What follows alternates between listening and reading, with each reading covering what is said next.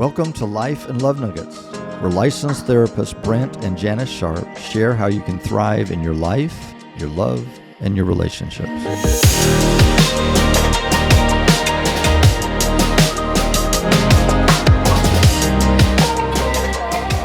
Hello, friends. Welcome back to Life and Love Nuggets. Janis is back. Yay. Yes, it is with Brent and Janis Sharp Brent and Janis today. this time. It's going to be much better, as I was mentioning to you last week. That No she's pressure back. there. Yeah, we had quite a bit of sickness. You were not feeling well, and kids not well, and grandkids not well. And so hopefully everybody's going the right direction. And we're back. We're back. So glad that you're here. We've been talking about this idea of transformation, that each and every person is made in the image of God. And the goal that God created his people is so that we would be a reflection of him, that we would be the best reflection of his nature in the world. And we get challenged by that. We just have dings in the armor that we pick up through living life. We have kind of bruises that happen to cause us to develop kind of a coping self, this kind of part of us and the way that we try to live to kind of please others, again, whether that's a coach or a teacher or parents or whoever it is that we want to make happy. And then by adulthood, it worked pretty well for us. And as little people, we developed these coping strategies. And by adulthood, we find that some of this isn't working so well for us. And so we looked at this and the idea of, many of you are familiar with the Enneagram, and this doesn't tell us who we are. It's just a picture of, it's kind of a way to see a story that we live in. And so the idea is there's kind of 9 stories, which is similar if you're familiar with liturgy, not liturgy. You might be familiar with liturgy too, but we're talking about literature. Literature that if you look at all the books that have ever been written, all the movies and the stories that have ever been told, they basically follow 7 themes. There's kind of 7 stories, whether it's a rags to riches kind of a story, or overcoming the monster, or there's certainly tragedies, there's comedies, kind of the voyage and return, the quest, rebirth. Most stories are all under those categories. And so it's similar to that there are kind of 9 stories that we can live into. They're adaptive ways that we live to find our way in the world. And yet, there are some strengths in that, of course, in our personalities and who we are, but there's also what we call a shadow. There's part of us that this coping strategy just isn't so helpful. And so as we started going through these, we talked about one of those last time, which was the one, which is the reformer. And so I kind of told my story. That's kind of the story I tend to live in. I was born pretty naturally structured, I think. We think this nature versus nurture, maybe 50-50. But then I had some influences in my life that kind of set that into hyperdrive, into where I felt like I needed to do everything just right, never make a mistake. Now, again, there's some good in that. Sure. There's some, kind of principled and idealistic. And yet, boy, it can just get too far. And so there are some ways that kind of I lost joy in life. And so I've had to work at what are ways that I can push against that. First of all, realizing that, and then what are some practices in my life, which is what we're going to talk about. We're going to kind of talk about the different stories, and then what are some practices that can be helpful for us to mitigate kind of the shadow, that part of us that just isn't thriving so much. And so the ones kind of have a fear of making a mistake. You've never experienced that with me, have you? No, never. Though you have to realize I'm a 7, so I go to a 1 under stress. Okay. So I'm sure you've never seen any perfectionistic tendencies just pop up in me suddenly. Not at all. No. Yeah, but I know that some in our conversations and doing life together, there's been times where you've needed to point out something that I've not done exactly right, which, again, it just... I think it was only a couple times in our life. So few and far between. But that natural defense, I got defensive, and because I didn't want to admit that I made a mistake. It was just really hard for me to do that. And Also, ones kind of carry a little bit of a repressed anger. You don't see a lot of anger in me, expressed outwardly, but ones kind of go inside with that. And then our desire to have integrity can settle into just kind of crazy perfectionism. I was talking last time about I can walk in a room and I see the one thing that's not quite right. And as a reformer, if we can just get everybody in the world to act right and everybody to do right and all of my things in my life to be perfect, then I can just relax. Good luck with that. And stop and smell the roses. And so I've had to realize nothing's ever going to be perfect. And one of the practices that I have to do is it's okay. It's not going to be perfect. It's okay. We do the best we can with things. And I found that I have to do that all the time. I thought, well, I could just, now that I'm aware of my shadow, I'll fix this and I'll work on this and I'll have this handled. And you're right now. And I'll handle it by Friday. And then I'll be right again. Exactly. And I've had to realize, no, it's going to be just a constant thing. It's like eating. I just keep doing it and doing it and doing it and doing it. Keep this practice in mind to stop and appreciate life and be thankful. And if I can do that, then I get to enjoy life a bit. And then God blessed me with a 7. We'll talk about 7s another day, but ones that are looking for the next adventure and looking for the next fun, which has been a joy in my life. It's helped me look back on my life now and go, we had so many great adventures. I just wouldn't have probably ever done those. I would have kept, ones can turn into just worker bees and just everything's, again, trying to get something fixed, And all personalities have that shadow side. And all of us are going to have to continue to work on, this is my Achilles heel. Yeah. And I've got to focus on what I can do to really grow and how God wants to work in me to help me grow out of that shadow side. And so one of the practices for me, again, is it's okay stopping being thankful. So we're going to talk about a few other practices that can help us ones that want to reform everything and make everything perfect, that can help manage that so that we can enjoy life. One of them that I really thought about was focusing on basically Jesus in the Gospels. I think as ones, it's really easy. I'm not a one, but it's really easy to go, okay, there is a way to do things. And so if I can just figure out that way, then I'll lock into that. But really, when you look at Jesus in the Gospels, it can be tough because you go, okay, Jesus healed people by touching them. That's the way to do it. And then you read farther and it's like, wait, he put mud on somebody. He would have been freaking me out. Oh, I know. I mean, it's what's the formula here? go dip in the river and come back. Yeah. Pick up your mat. I mean, there's so many different ways. And I think part of that was to upset the system. It was to turn some things upside down and to say, it's not this particular structure. You don't have to live in a formula. Yeah. He listened to his Father. He wasn't just being recklessly casual. He was listening to his Father, and there was a variety in that. Yeah. And so accepting there's different ways of doing things that are still right. And he left seemingly leaving some things undone. Yes. He didn't heal every single person. He didn't fix every single problem. But he came to do what he was called to do. And he left. And so that's so good. I need to just constantly be thinking about that this is God in human form that had this variety and didn't seem to have to make everything perfect. And if you were looking for patterns, I mean, think about the people that were in the multitude that were fed, telling other people, and then them going, oh, he does that? Okay, I'll go get in the crowd. Yeah. No guarantee you'd get a meal when you were listening to him. And you could climb a tree, and it didn't mean that Jesus was going to come home to your house that day. That's right. That's good. So a lot of variety that's there. And as you mentioned, celebration. Celebration is so important.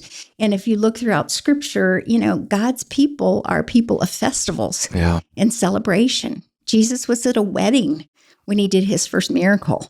So we're called to be people to celebrate, not just people with my personality. Janis is a party person. Yes. Yes. It's been so helpful for me. For a number of years in one of our churches, I was called the pastor of play. Pastor of play. And so we need that because it gets us off of the seriousness of life and the to-do list and really gets us into enjoying our life and enjoying the celebration. Too much? Is this what you're trying to tell everybody? I've heard of some people that are. It's other people. I know it's my clients, honey. I have clients that are ones that deal with that. I always tell people I can turn any conversation serious in about 5 seconds. It's, again, a blessing and a curse. I mean, there's some good in that where I do care about people and I want to know what's going on in their real life. And boy, it can be a curse though. And I can just lose a lot of joy. That's why it's good for you to have me when we go out to dinner. Yes, absolutely. But another exercise that I've found that's really helpful is to write down all of the good things in your life and to write down all the ways that you've seen that God is good in your life and really meditating on those and focusing on those because it's getting your focus off of what's wrong and moving into what's right, which is going to be something that ones are going to always need to work on. Absolutely. So the to-do lists. Yes. I can have constant to-do lists. Yes. Things that I just always need to be doing and being aware of and checking off the next task. You just need to put celebrations on that list. There you go. That's so good. It is. I mean, seriously, sometimes you do have to remind yourself this is a time to enjoy life. And you've done a great job of that with grandkids. You know, it's okay to just be with them. I'm getting a little better.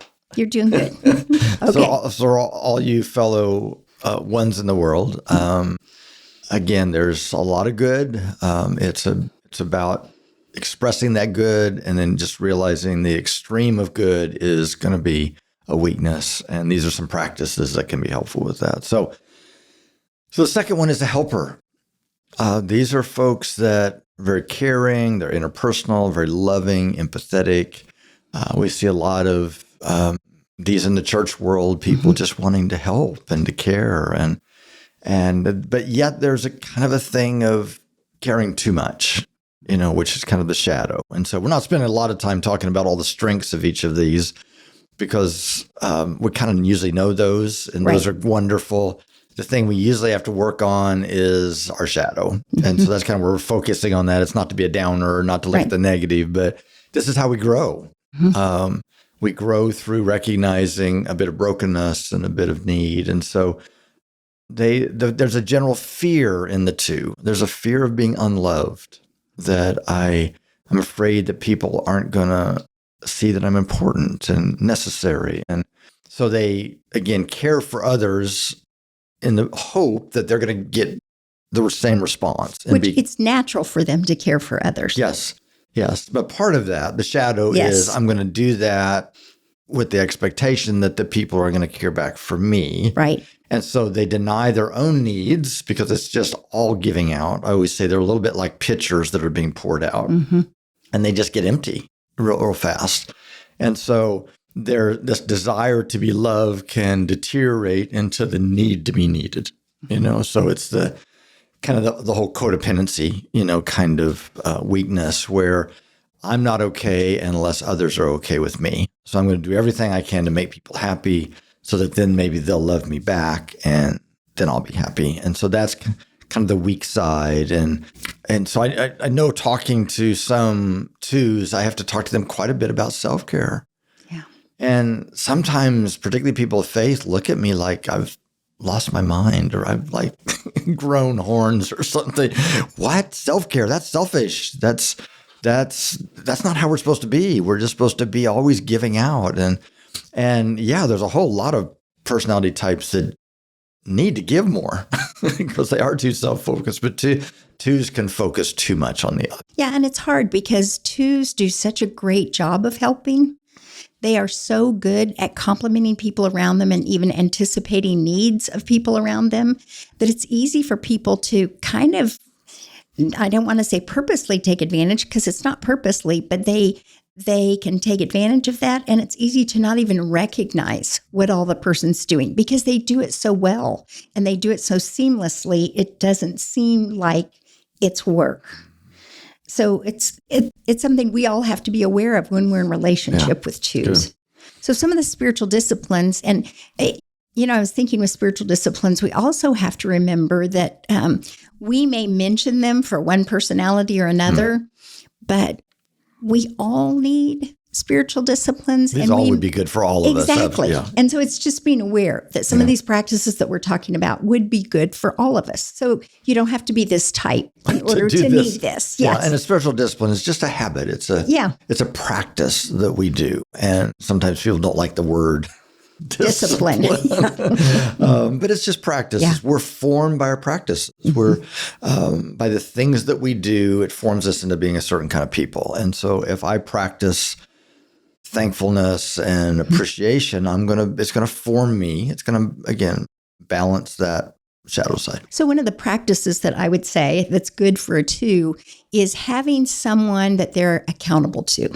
Whether it's a close friend or, in our world, we have spiritual directors, somebody like that they can be accountable to, but not accountable in the way of, are you sinning or are you messing up in your life?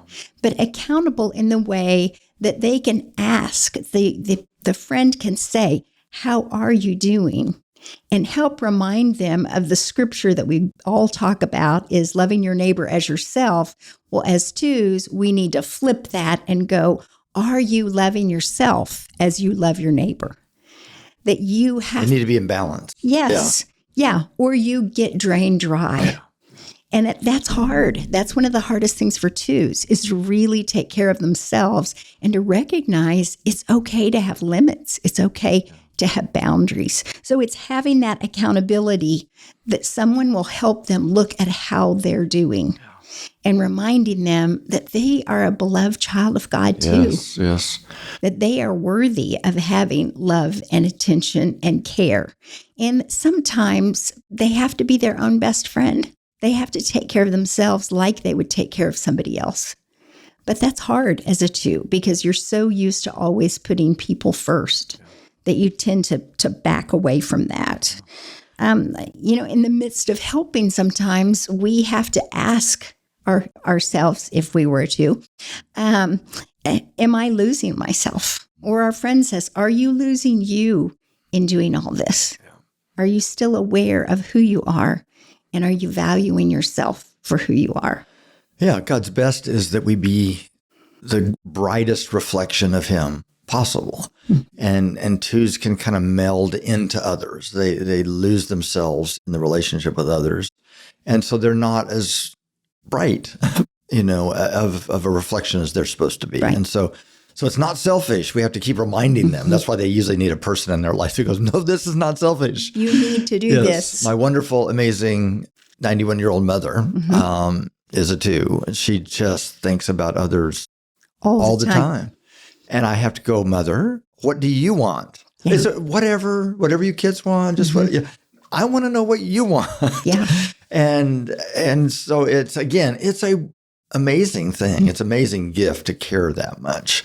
But sometimes they can lose themselves in the midst of that. Many of you know Ian Cron and Suzanne Stabile wrote The Road Back to You, which is kind of a big thing now. That's where a lot of people are talking about the Enneagram. One of the reasons we're even discussing the Enneagram, there's lots of different personality structure types and so forth out there that are helpful. It's all about just introspection. It's not to label anybody. Right. It's just to get a picture of, oh my gosh, that's the story that I find myself in most of the time.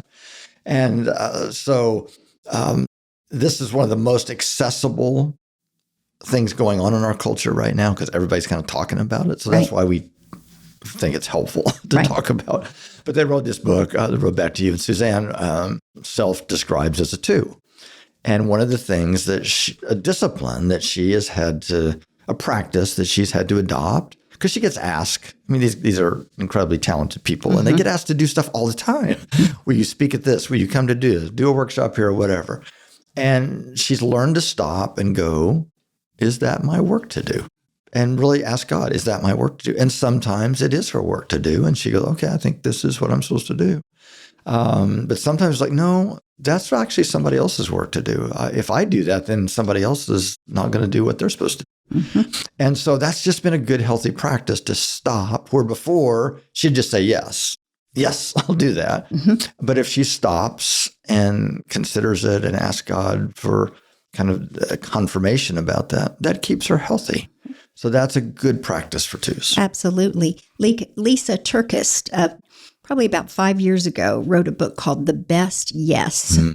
And it's looking at, is this the best yes for me? But she also is great at giving you some language for how to say no.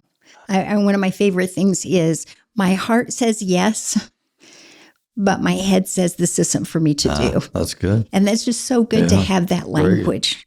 I think the other thing that's good for twos is to do centering prayer.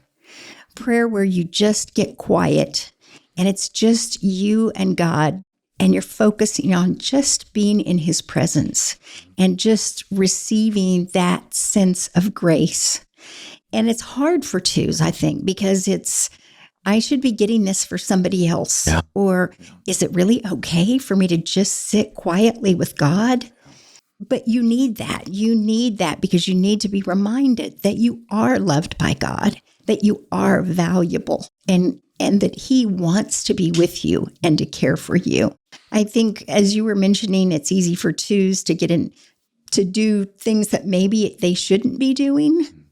I was thinking about way back when. This is going to go back decades. Okay, yes. When we were at a very large church, and at that point, you were over crisis pregnancy center and adoption agency and counseling center, big counseling ministry, and maternity home, and headed all different up kinds of the things. staff, a lot of things like that. And I was busy. I think it was women's chaplain at that time at ORU, and I had an older woman come up to me at church, and she said, "I'm really mad at you."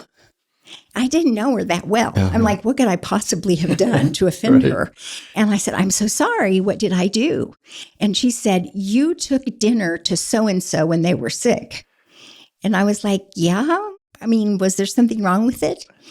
I said, yes. And she said, "You took my job. Oh, wow. You help teach this class, and you do this, and you do that. All I do is make meals for people. Wow. And when you swoop in here and take my job, I don't have something to do." Wow. And so I remember that over the years, am I swooping in thinking it's the right thing to do, but I've moved someone out of their place. That's good. And sometimes I think, especially in the church, we have to sometimes see a need go unmet for a while until the right people will step up. Yeah. So possibly the most important word for the helper is to say no. Yes. Those two letters. No.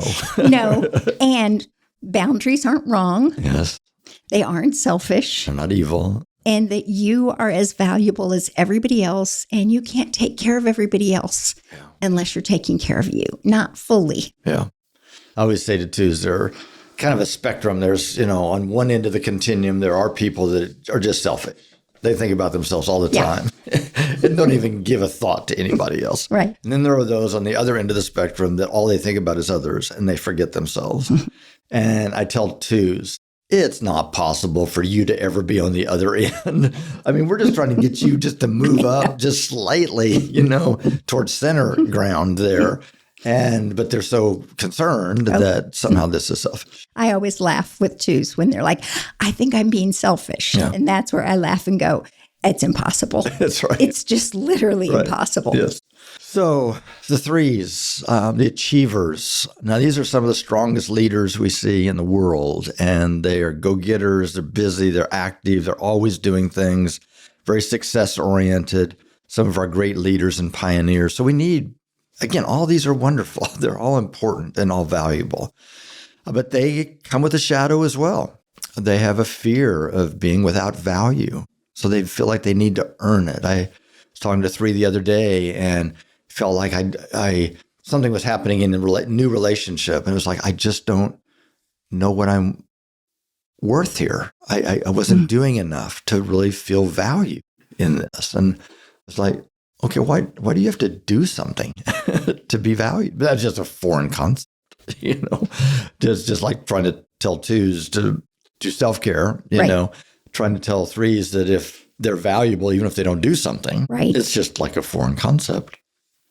All their energy tends to go to developing self. They're always constantly working on things, achieving, thriving. Their desire to be valuable can deteriorate into chasing success. They want to win all the time, and life is not good unless we're winning, and everybody's winning. And so one of the practices for threes, because they're just energizer bunnies, they just don't know how to shut down. So one of the practices is a Sabbath rest idea, that we shut down at time and we just learn to rest, which is, again, pretty foreign for threes. And generally the threes that I've worked with, they have to structure this into their schedule. Now, we're not saying that, the Sabbath rest in the Old Testament was, sunset Friday night to sundown, Saturday night. We're not saying that it has to be literally that 24-hour period, but they generally have to have days in their calendar where they just go off grid. They let their staff, they let the office, they let their family or whoever know, I just need it from 8 to noon today, or maybe a whole day, or maybe 2 half days, or whatever. These are just, I turn things off, and maybe they have to manage their cell phone. They got to stop watching social media, during that day, or they're going to want to crank back up and get into their to-do list. And so I've just not seen people, threes, be able to do this without it being structured and beginning to lock things down, and then learning how to rest. Now, again, rest doesn't mean they have to go lay in a hammock and just look at butterflies. It might be a different kind of go and work in the yard, or a hobby, or developing those kind of things that don't feel like I'm necessarily accomplishing or being successful, but are just, how do I stop all this? And because God knew we needed this, we needed rest. I think it's Richard Swenson in his book, Margin, that talks about we can have restful work. There's certain kind of work that's actually restful. Now, there will be people that go, yes, my work is restful. That's why I work all the time. But I'm talking about something that's different than what you normally do, but it refreshes you. Just like we've talked about for you. It's construction. Yeah. I mean, we all have our different ways. Work, so you can go work out in the yard, and that might be restful for you. So that's where Sabbath rest isn't always just laying around. Right. It is doing something that refreshes your soul, that gets you away from everything in your life, away from thinking about things, so that you can really shut down. And with those practices, it just made me think, when I think about remodeling a bathroom or doing this, that, or the other, that it's really very restful to me. But I also have to make sure that my one shadow doesn't kick in, and I have to do it perfectly, and I can't, relax, finish, or stop until it's all done perfectly. And we all have all of these types too. And we can see them kind of flare up in us, because I can see some 3 in me where, I don't pace myself, and I can push too hard and do too much at a setting, instead of being, okay, I'm going to work for 4 hours or 3 hours, whatever, and then I'm going to stop wherever I'm at in the process. That's hard for me, but it's really important for me. I think in our earlier years, we both could have been mistyped as 3s. Yeah, for sure. When we were going to grad school and remodeling a house and working full-time jobs and all of those things. I remember those days. That? Yeah, we never do anything like that now. The other thing that I think is really good for 3s, which I think is good for everybody, is that concept of awe. And we have a whole podcast on awe. But just that looking out in nature, looking at beautiful things, and getting your focus on those things that are outside yourself. I think it's helpful for 3s to get outside themselves. And I think nature is really good for 3s. Now, it has to be nature where you go walking and not running a marathon in the woods or climbing the highest mountain and being the first one to get there. It's just being out and seeing God's beauty and just resting in that and getting some refreshment from that. Again, I'm biased. I think awe is good for everybody. Absolutely.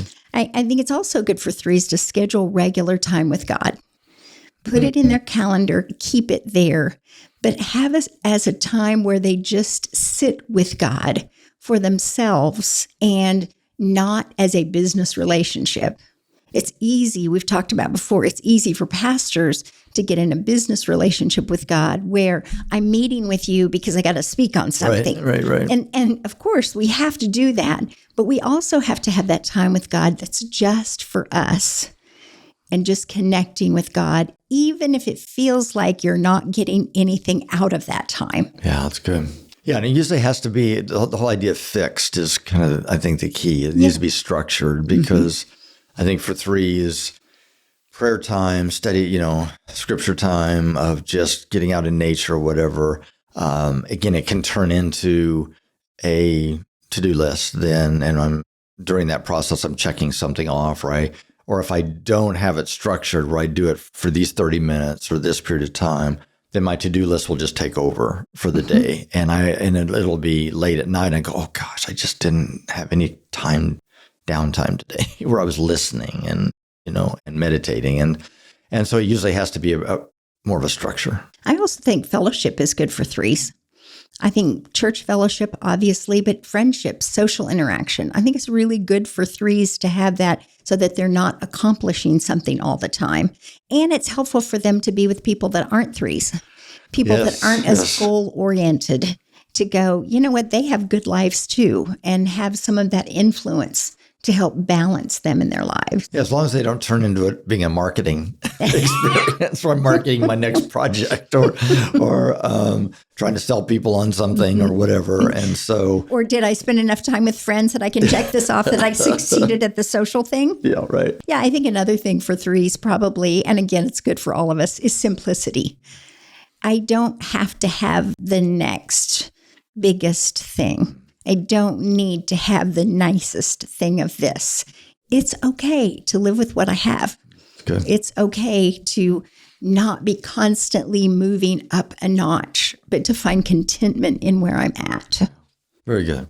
So we've kind of looked at 3 of these stories that people can find themselves in, and again, we all are going to experience all of these, but usually we find that there's one of these stories that's like, oh my, that's my story that I tend to live in.